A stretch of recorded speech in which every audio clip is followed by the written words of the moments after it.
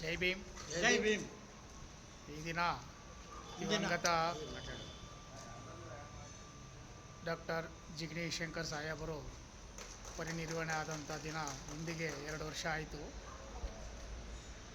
Karnataka Republican ಸೇನೆಯ ಸ್ಥಾಪಕರಾದಂಥ ದಿವಂಗತ ಜಿಗ್ನಿ ಶಂಕರ್ ಸಾಹೇಬರಿಗೆ ಈ ದಿನ ನಮನವನ್ನು ಸಲ್ಲಿಸಿ, ಕರ್ನಾಟಕ ರಿಪಬ್ಲಿಕನ್ ಸೇನೆಯಿಂದ ಎಲ್ಲ ಪದಾಧಿಕಾರಿಗಳು ಸದಸ್ಯರು ಎಲ್ಲರೂ ಬಂದಿದ್ದರು. ಈ ಕಾರ್ಯಕ್ರಮ ಯಶಸ್ವಿಯಾಗಿ ನಡೆಯಿತು ಹಾಗೂ ಮುಂದಿನ ದಿನಗಳಲ್ಲಿ ಅವರ ಮಾರ್ಗದರ್ಶನದಲ್ಲಿ ನಾವೆಲ್ಲರೂ ಮುಂದೆ ಹೋಗಬೇಕೆಂದು ಹೇಳ್ಬಿಟ್ಟು ಸರ್ವರಿಗೂ ಈ ಪರಿನಿರ್ವಹಣೆ ದಿನದಂದು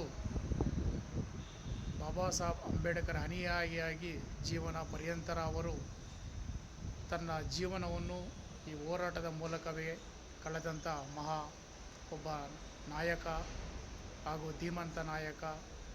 ಈ ಕರ್ನಾಟಕ, ಆಂಧ್ರ, ತಮಿಳುನಾಡು ಈ ಎಲ್ಲ ರಾಜ್ಯಗಳಲ್ಲೂ ಅವರ ಹೋರಾಟವು ಮುಂಚೂಣಿಯಲ್ಲಿತ್ತು. ಅಂಥ ಮಹಾನಾಯಕನನ್ನು ನಾವು ಕಳೆದುಕೊಂಡು ಇಂದಿಗೆ 2 ವರ್ಷ ಆಯಿತು. ಇದನ್ನು ನಾವು ಜೀರ್ಣಿಸ್ಕೊಳ್ಳೋಕ್ಕೂ ತುಂಬ ಕಷ್ಟ ಆಗ್ತಾಯಿದೆ.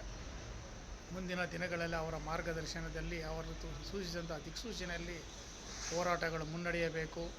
ಮತ್ತಿಗೊಂದು ಚೂರು ಕಾರ್ಯಕ್ರಮ ಹಾಗೂ ಇನ್ನಿತರ ಎಲ್ಲ ಕಾರ್ಯಕ್ರಮಗಳು ಅವರ ಮಾರ್ಗದರ್ಶನದಲ್ಲಿ ನಾವು ಮುಂದೆ ಹೋಗ್ತೀರಿ. ಅವರ ಮಗನಾದಂಥ ಜಿಗ್ನಿ ಶಂಕರ್ ಸಾಹೇಬರ ಮಗ ಪ್ರಜ್ವಲ್ ಜಿಗ್ನಿ ಶಂಕರ್ ರಾಜ್ಯಾಧ್ಯಕ್ಷರ ಮೂಲಕ ಆನಂದ್ ರಾಜ್ ಅಂಬೇಡ್ಕರ್ ಅವರು ರಾಷ್ಟ್ರೀಯ ಅಧ್ಯಕ್ಷರು. ಈ ಕಾರ್ಯಕ್ರಮ ತುಂಬ ಅರ್ಥಪೂರ್ಣವಾಗಿದೆ ಎಂದು ನಾವು ಭಾವಿಸುತ್ತೇವೆ. ಜೈ ಭೀಮ್, ಜೈ ಬುದ್ಧಾಯ, ಜೈ ಬಸವಣ್ಣ, ಜೈ ಜೈ ಭೀಮ್.